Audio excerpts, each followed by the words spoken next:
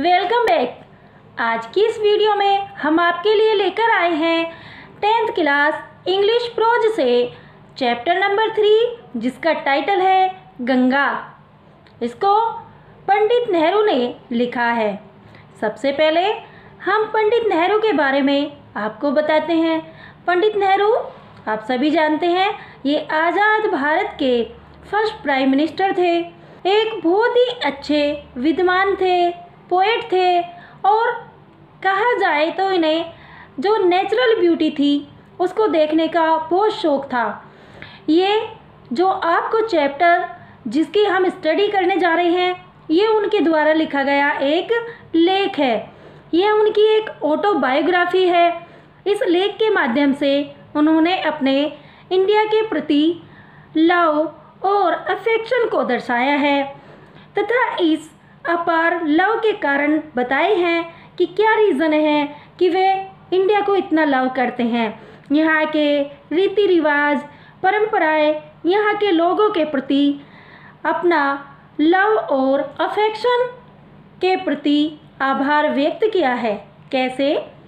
तो आइए उन्हीं के द्वारा लिखे गए शब्दों के द्वारा हम जानने की कोशिश करते हैं। बट इससे पहले स्टूडेंट्स, मैं आपसे यही कहना चाहती हूँ, अगर आपने अभी भी इस APS चैनल को सब्सक्राइब नहीं किया है तो फर्स्ट ऑफ ऑल जल्दी से चैनल को सब्सक्राइब कीजिए, वीडियो को पूरा देखिए और शेयर कीजिए। तो चलते हैं पंडित नेहरू के द्वारा बताए गए इस चैप्टर के बारे में। नेहरू जी कहते हैं, मुझे भारतीय जनता से इतना अधिक प्रेम व स्नेह मिला है कि यदि मैं इसको रीपे करना चाहूँ तो इसका फ्रिक्शन अर्थात छोटा सा भाग भी मैं रीपे नहीं कर सकता। वास्तव में इतनी बहुमूल्य चीज़ है ये प्रेम और स्नेह कि इसका मूल्य तो चुकाया ही नहीं जा सकता। कुछ भारतीय लोगों ने मेरी एडमायर की है, कुछ ने सम्मान किया है, लेकिन सभी कास्ट के लोगों ने मुझे इतना अधिक स्नेह दिया है कि मैं यही प्रार्थना करता हूँ कि जब तक मैं जीऊँ इस स्नेह को इस प्रकार प्राप्त करता रहूँ।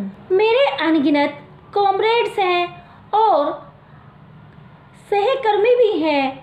मैं उन सभी का आभारी हूँ जिन्होंने मेरे साथ हार जीत व दुख सुख में मेरा साथ दिया।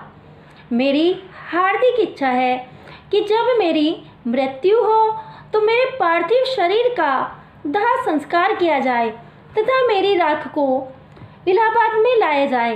यदि मृत्यु के समय मैं किसी विदेश में हूँ तो मेरी हार्टली विशेष है कि मेरे शरीर के देह संस्कार से प्राप्त राख में से एक मुट्ठी भर अर्थात अ हैंडफुल एशेज गंगा में प्रवाहित कर दी जाए। इसका कोई भी धार्मिक कारण नहीं है, बल्कि मेरा मानना है कि मैं बचपन से ही गंगा यमुना से जुड़ा रहा हूँ। गंगा यमुना और ब्रह्मपुत्र इनका संगम इलाहाबाद में है और मैं इलाहाबाद में ही पला बड़ा हूँ। बचपन से ही उनसे जुड़ा रहा हूँ। जैसे जैसे बड़ा हुआ तो मेरा इनके प्रति लगाव और अधिक हो गया। मैंने मौसम के अनुसार इस गंगा के बदलते मूड को देखा है। मैंने इसके इतिहास के गीत पौराणिक कथाओं में सुने हैं वे पढ़े हैं। लंबे समय से इसका बहता जल पुरानी परंपराओं व संस्कृति से जुड़ा आ रहा है। गंगा भारत की विशेष नदी है जो सभी भारतीयों की प्रिय है, जो अपनी हार जीत, आशा, डर, विजय गीतों की जातिगत यादों में उलझी हुई है। ये भारत की लंबे समय से यहाँ की संस्कृति सभ्यता का सिंबल रही है। हमेशा बदलती है, हमेशा बहती है, फिर भी वही गंगा है, सेम गंगा है।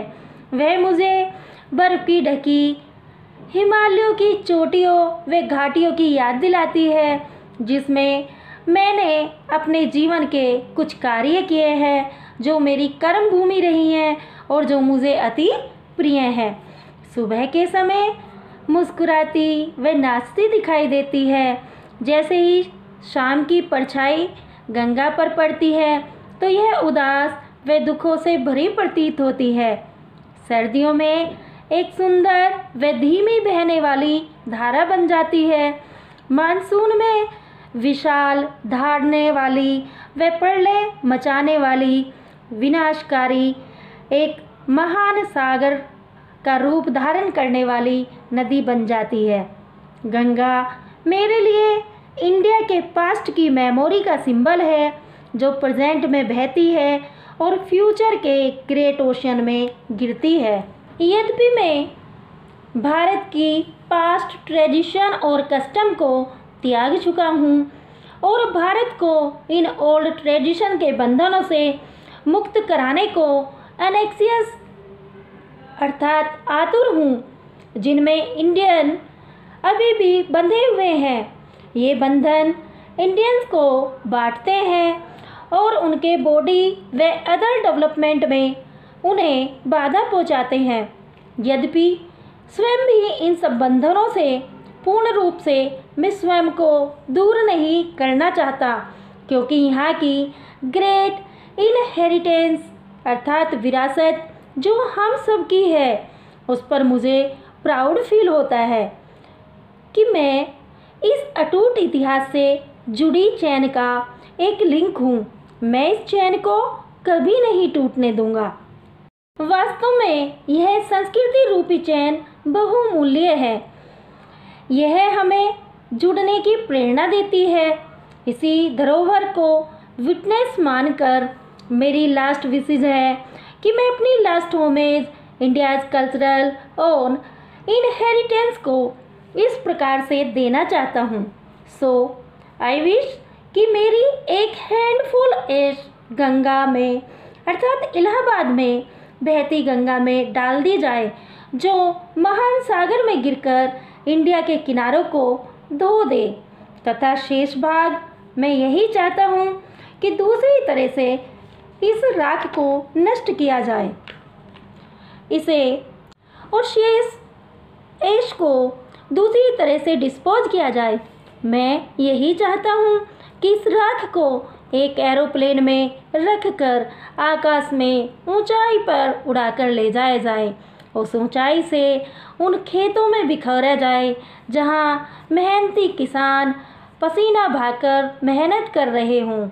ये राख जब उनके ऊपर पड़ेगी तो उनके पसीने में मिलकर पसीने के साथ इस पावन मिट्टी में मिल जाएगी, और जिससे ये भारत का एक अभिन्न अंग मैं बन जाऊंगा। अंत में पंडित नेहरू इस लेख के बारे में बताते हैं कि ये टेस्टामेंट अर्थात वसीयत मैंने 21 days of June in the year 1954 में न्यू दिल्ली में लिखी है। So students, I hope that you would understand it's very well. So मिलते हैं एक नई वीडियो के साथ, एक नए चैप्टर के साथ, नए अंदाज में। तब तक के लिए खुश रहिए, बने रहिए। Thank you for watching it.